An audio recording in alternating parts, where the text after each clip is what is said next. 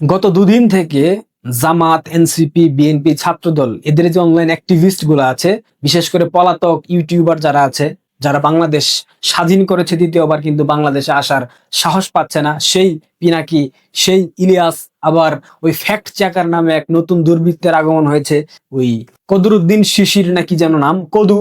আরেকটা আছে সাইফুজ্জামান সাগর, face the পিপলের যে জামাতি জঙ্গিটা, এই জঙ্গিরা বিভিন্ন ভাবে, এছাড়াও আরো কতগুলা টকশো স্পেশালিস্ট আছে, ব্যারিস্টার শাহরিয়ার কবির, ব্যারিস্টার ফুয়াদের মতো অসংখ্য জঘন্য রাজাকারের বাচ্চারা, এরা বিভিন্ন ভাবে বয়ান সৃষ্টির চেষ্টা করছে, বিভিন্ন ভাবে নেরেটিভ দাঁড় করানোর চেষ্টা করছে। বঙ্গবন্ধু কন্যা শেখ হাসিনা অসুস্থ, একটা পক্ষ বলছে তিনি বেঁচে নাই, একটা পক্ষ বলছে তিনি অসুস্থ, আরেকটা পক্ষ বলছে তার একটা সাইড নাকি প্যারালাইজড হয়ে গেছে।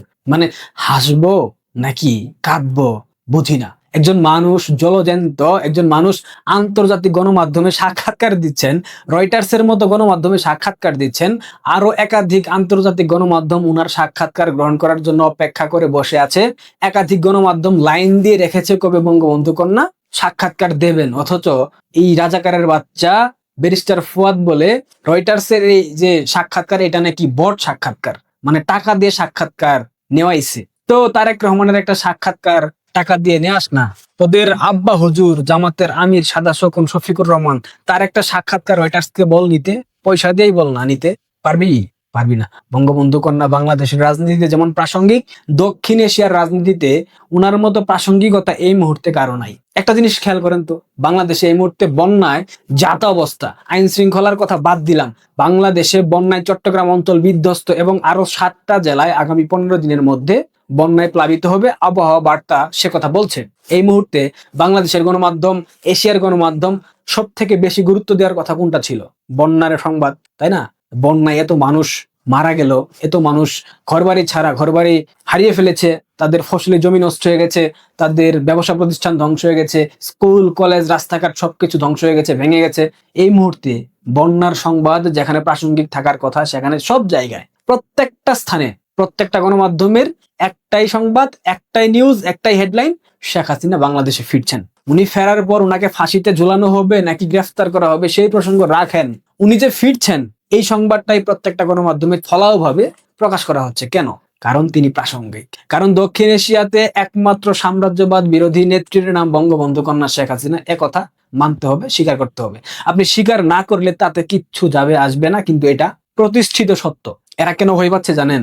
এই রাজাকারের বাচ্চারা, বঙ্গবন্ধু কন্যা শেখ হাসিনা বাংলাদেশে ফিরে যাবেন, উনি বলেছেন তোমরা কোন জেলে আমাকে রাখবা সেই জেল ঠিক করো না, আমি তো ফিরবো, আমি ফিরছি, ডিসেম্বরের আগে উনি ফিরবেন, তাই না? উনি যেহেতু ফিরতে চেয়েছেন, তাদের তো খুশি হওয়া উচিত না? তারা খুশি হচ্ছে না কারণ তারা জানে তারা অপরাধী, তারা প্রত্যেকেই রাষ্ট্রদ্রোহ অপরাধের সামিল। সংবিধান অবমাননা করা, সংবিধানের বাইরে গিয়ে সরকার গঠন করা, 3,500 পুলিশকে হত্যা করা, আবার ইন্ডেমনিটি দেওয়া, দায় মুক্তি দেওয়া, এগুলার ফলাফল হবে না? তারা জানে বঙ্গবন্ধু কন্যা শেখ হাসিনা বাংলাদেশে ফিরলে এদের প্রত্যেককেই ফাঁসির দড়িতে ঝুলতে হবে, যার কারণে ভয় পাচ্ছে।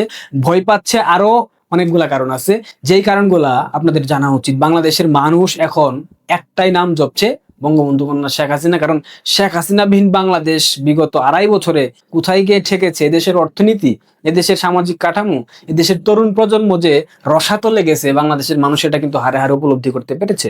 দেখেন সাধারণ মানুষ কি বলে। আমি রিক্সা চালাই, আমি দৈনিক যদি 50টা প্যাসেঞ্জার টানি, 45টা প্যাসেঞ্জার আওয়ামী লীগের কথা খাই।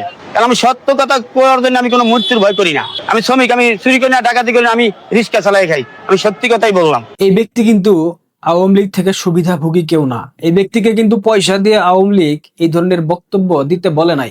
এই ব্যক্তি কিন্তু সাধারণ খেটে খাওয়া শ্রমিক, মেহনতি মানুষ। উনি নিজেই বলেছেন 50টা যাত্রী যদি আমি টানি, তার মধ্যে 45 জন বলে শেখ হাসিনার কথা। কেন বলে? কারণ শেখ হাসিনা বিন বাংলাদেশ যে ভালো নাই, আমরা যে আগেই ভালো ছিলাম, বাংলাদেশের মানুষ এটা উপলব্ধি করতে পেরেছে। শুধু কি এই ব্যক্তি? আরো আছে। এই ভিডিওগুলা কিন্তু মিলিয়ন মিলিয়ন ভিউ ফেসবুকে। বাংলাদেশের মানুষ এই ভিডিওগুলোর কমেন্ট বক্সে কি ধরনের মতামত দিয়েছে আপনারা যদি দেখেন, তাহলে বুঝবেন কেন রাজাকারের বাচ্চারা ভয় পাচ্ছে। কারণ বাংলাদেশের মানুষ, জনসাধারণ গণমানুষ, খেটে খাওয়া মানুষ, মেহনতি মানুষ, শ্রমিক জনতা, কৃষক, সকল পেশার মানুষ, তারা এই মুহূর্তে শেখ হাসিনাকে চাইছে বাংলাদেশটা রক্ষা করতে। শেখ হাসিনার বিকল্প নাই। আরো একটা ভিডিও আপনারা দেখেন। আমরা আওয়ামী লীগের আমলেই ভালো ছিলাম, দল মত নির্বিশেষে, কিন্তু আমরা ওই সময় ভালো ছিলাম। এখন বর্তমানে আমরা ভালো নাই। দেশের পরিস্থিতি যে অবস্থা, মনে করেন মানুষের চল্লে ফিরে খাওয়া দাওয়া বা আমাদের চল্লে ফিরে সিএনজি চালাই, সিএনজি খাইতে আমাদের খুবই সমস্যা হইতেছে। এই যে সিএনজি চালক ব্যক্তিকে আপনারা দেখলেন, উনি কি আওয়ামী লীগ থেকে সুবিধাভোগী? উনাকে কি আওয়ামী লীগের কোনো নেতা টাকা পয়সা দিয়েছে? ছাত্রলীগের কেউ টাকা পয়সা দিয়ে বলেছে আপনি এই ধরনের বক্তব্য দেন? বলেছে?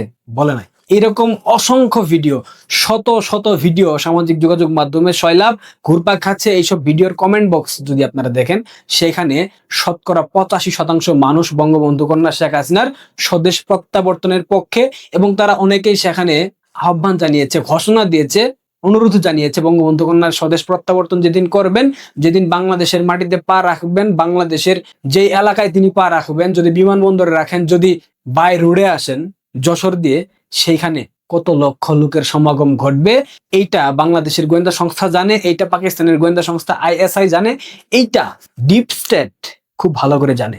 এই মুহূর্তে বাংলাদেশে বঙ্গবন্ধু কন্যার জনপ্রিয়তা, গ্রহণযোগ্যতা, তার প্রাসঙ্গিকতা ঠিক কতখানি গভীর, এই রাজাকারের বাচ্চারা, এই টকশু স্পেশালিস্টরা, এই ব্যারিস্টার ফুয়াদ, শাহরিয়ার কবির, আরো যতগুলা আছে বাংলাদেশে, এরা প্রত্যেকেই জানে যে শেখ হাসিনা বাংলাদেশে ফিরলে কি হতে পারে, যেই জনবিস্ফোরণ ঘটবে, যেই জনসমাগম ঘটবে, এটা দেখেই তারেক রহমানের সরকার ভ্যাবাচাকা খেয়ে যাবে। যার কারণে তারা প্রতি মুহূর্তে বিভিন্ন ধরনের গুজব রটানোর চেষ্টা করছে। শেখ হাসিনা বাংলাদেশে ফিরবেন না, উনার একটা অংশ প্যারালাইজড হয়ে গেছে, অনেকেই বলছে উনি মৃত, যা সাক্ষাৎকার দেওয়া হচ্ছে সব আর্টিফিশিয়াল ইন্টেলিজেন্স ব্যবহার করে। অনেকেই বলছে দিল্লি তাকে প্রত্যর্পণ চুক্তির অনুসারে বাংলাদেশে পাঠাবে। মাসুদ কামালরা অনেক বয়ান উৎপাদন করার চেষ্টা করছে, তবে কি দিল্লি ঘুরে গেল? এত সে তো কথা, এগুলা বইলে লাভ নাই। একজন কূটনৈতিক যখন কথা বলবে তখন কূটনীতির ভাষায় কথা বলবে, তখন তিনি পলিটিক্যাল নেতার মতো কথা বলবে না। বাংলাদেশের কূটনৈতিক না, রামধীর জয়সওয়াল বাংলাদেশের কূটনৈতিক না, উনি কূটনৈতিকের মতোই কথা বলবেন। সুতরাং উনার কথা শুনে এত লাফালাফি করার কারণ নাই। অন্তর্বর্তীকালীন সরকারও অসংখ্যবার শেখ হাসিনাকে বাংলাদেশে ফিরিয়ে আনার জন্য চিঠি দিয়েছিল। লাভ হয়েছে? শেখ হাসিনা ভারতে বন্দি অবস্থায় না, শেখ হাসিনা ভারতের সম্মানিত অতিথি হয়ে আছেন, এটাই সত্য কথা। উনার সাথে যারা সাক্ষাৎ করেছেন তারা জানেন। সুতরাং যতই চাপাচাপি করো, যতই টাপাটাপি করো, কোনো লাভ নাই। শেখ হাসিনা ফিরছেন, আর ফেরার যখন ইঙ্গিত পাওয়া যাচ্ছে, যখন বিভিন্ন মারফতে শোনা যাচ্ছে উনি সত্যি সত্যি ফিরছেন, তখন জামাতের মক্ষীরানী মুনামি ম্যাডাম বয়ান পরিবর্তন করে ফেলেছে। যেই মুনামি ম্যাডাম সকাল সন্ধ্যা আওয়ামী লীগকে গালি দেয়, শেখ হাসিনাকে গালি দেয়, 14 গোষ্ঠীকে গালি দেয়, শেখ ফ্যামিলির, বঙ্গবন্ধুকে নিয়ে ব্যঙ্গ করে কথা বলে, সেই মুনামি ম্যাডামের স্বর চেঞ্জ হয়ে গেছে। আমি জাস্ট অবাক, ওই যে রিপন ভিডিওর মতো টিনের চালে কাক, আই এম তো অবাক। মক্ষীরানী মুনামির কথা শুনে দেখেন কি বলে। আমার সাথে অনেক আওয়ামী লীগের ভাই বন্ধু যারা আওয়ামী লীগ করতো তারা আছে না, মানে আপনি তো বলতে পারেন না যে হ্যাঁ জুলাই হয়ে গেছে দেশে আর কোনো লীগ কেউ করে না, এটা তো হতে পারে না। তো আমি খুব ছোট হই, হ্যাঁ, আমাকে অনেকেই, মানে আসলে বিষয়টা হচ্ছে সোসাইটি তো একটা হেটারোজেনাস বিষয়। এখানে আমার সাথে অনেক আওয়ামী লীগের ভাই বন্ধু যারা আওয়ামী লীগ করতো তারা আছে না, মানে আপনি তো বলতে পারেন না যে হ্যাঁ জুলাই হয়ে গেছে দেশে আর কোনো লীগ কেউ করে না, এটা তো হতে পারে না। তো তারা যখন জিজ্ঞেস করে যে হ্যাঁ তুমি তো খুব জুলাইকে ধারণ করো, এখন কেন এরকম হচ্ছে, তো আমি তখন কিন্তু ছোট হচ্ছি। তো এরকম আমরা যারা জুলাইকে ধারণ করি তাদের আসলে আমার মনে হয় যে আরো দায়িত্বশীল হওয়া উচিত। ইস, কি মিষ্টি মিষ্টি কথা। জামাতের মক্ষীরানীর এই বক্তব্যের জবাব আপনারা আশা করি কমেন্টে দেবেন। আমি আর বেশি কিছু না বলি, বেশি কিছু বললে আবার অনেক কিছু বের হয়ে যাবে, সুতরাং চুপচাপ থাকাই ভালো।